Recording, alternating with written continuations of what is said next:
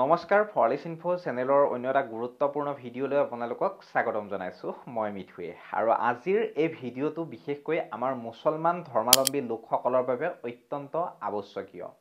যিসকল মুছলমান ধৰ্মাৱলম্বী লোকে এই ভিডিঅ'টো চাই আছে কমেন্ট সেকশনত কমেন্ট কৰিব নিশ্চয় থাম্বনেইল আৰু টাইটেল চাই আপোনালোকে গম পাইছে আৰু অসমৰ মুখ্যমন্ত্ৰী হিমন্ত বিশ্ব শৰ্মাই 2025 চনৰ মে মাহত ঘোষণা কৰে যে ৰাজ্য চৰকাৰে 7টা স্বীকৃত আদিবাসী মুছলমান সম্প্ৰদায়ৰ জাতিভিত্তিক জনগণনা আৰম্ভ কৰিব। এই সম্প্ৰদায়সমূহ হৈছে আপোনালোকৰ গৰিয়া মৰিয়া তাৰপিছত দেশী জুলাহ ছয়ত পাথৰীয়া আৰু মেছৰ মনত আছেনে আপোনালোকৰ গৰিয়া মৰিয়া দেশী জুলাহ ছয়ত পাথৰীয়া আৰু মেছৰ প্ৰায় 6টা বা 7টা প্ৰায় 6টাই হয় আৰু এই পদক্ষেপৰ উদ্দেশ্য কি আপোনালোকে জানেনে কমেন্ট সেকশনত কমেন্ট কৰিবচোন বাৰু আপোনালোকে কমেন্ট নকৰিলেও কোনো কথা নাই এই পদক্ষেপৰ উদ্দেশ্য হৈছে এই সম্প্ৰদায়সমূহৰ স্বতন্ত্ৰ জাতিগত ভাষাগত আৰু সাংস্কৃতিক পৰিচয় সংৰক্ষণ কৰা যদি আপোনালোকৰ এই কথাখিনি ভাল লাগিছে মুখ্যমন্ত্ৰী হিমন্ত বিশ্ব শৰ্মাৰ তেন্তে আপোনালোকে এই ভিডিঅ'টোৰ কমেন্ট সেকশনত কমেন্ট কৰিবলৈ কিন্তু নাপাহৰিব আৰু এই ঘোষণাটো গুৱাহাটীস্থিত বিজেপি দলীয় কাৰ্যালয়ত অনুষ্ঠিত এক সংবাদমেলত কৰা হৈছিল য'ত মুখ্যমন্ত্ৰীয়ে পঞ্চায়ত নিৰ্বাচনত এনডিএৰ সফলতা আৰু বিশেষকৈ মুছলমান সংখ্যাগৰিষ্ঠ অঞ্চলসমূহত লাভ কৰা সমৰ্থনৰ বিষয়ে আলোচনা কৰা হৈছিল এতিয়া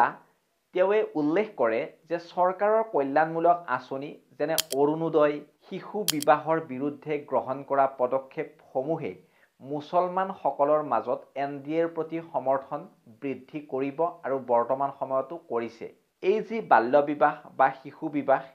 এইটো হৈছে আপোনালোকৰ নিযুত মইনাৰ কথা কোনে কোনে জানে কমেন্ট সেকশনত এটা কমেন্ট ড্ৰপ কৰিবলৈ নাপাহৰিব ইয়াৰ উপৰিও 2022 চনৰ মে মাহত অসম চৰকাৰে 6টা ধৰ্মীয় সংখ্যালঘু সম্প্ৰদায়ক সংখ্যালঘুৰ প্ৰমাণপত্ৰ প্ৰদান কৰাৰ সিদ্ধান্ত লৈছিল এই সম্প্ৰদায়সমূহ হৈছে মুছলমান খ্ৰীষ্টান খ্ৰীষ্ট বৌদ্ধ জৈন আৰু পাৰ্চী এই প্ৰমাণসমূহৰ উদ্দেশ্য হৈছে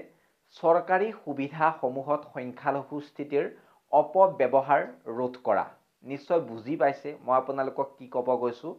আৰু এই পদক্ষেপসমূহৰ লক্ষ্য হৈছে আদিবাসী মুছলমান সম্প্ৰদায়সমূহৰ স্বতন্ত্ৰ পৰিচয় সংৰক্ষণ আৰু তেওঁলোকৰ সামাজিক অৰ্থনৈতিক উন্নয়ন নিশ্চিত কৰা গতিকে এই যিখিনি লেখত ল'বলগীয়া কাম বুলিয়ে ক'ব লাগিব আমাৰ মুখ্যমন্ত্ৰী হিমন্ত বিশ্ব শৰ্মাদেৱৰ আপোনালোকৰ কেনেকুৱা লাগিলে তেখেতৰ এই সিদ্ধান্তখিনি বা এই কৰ্মখিনি যদি আগন্তুক সময়ত এই কৰ্মখিনি হৈ যায় তেন্তে আপোনালোকৰ মনে কি ক'ব ইয়াক লৈ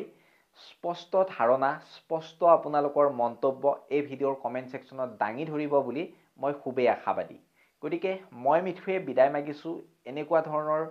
গুৰুত্বপূৰ্ণ ইনফো বা গুৰুত্বপূৰ্ণ ভিডিঅ' পাই থাকিবলৈ চেনেলটো সাবস্ক্ৰাইব কৰিব যদি জৰুৰী বুলি ভাবে মই বিদায় মাগিছো অন্য এটা ভিডিঅ'ত লগ পোৱাৰ প্ৰতিশ্ৰুতিৰে ধন্যবাদ জয় অসম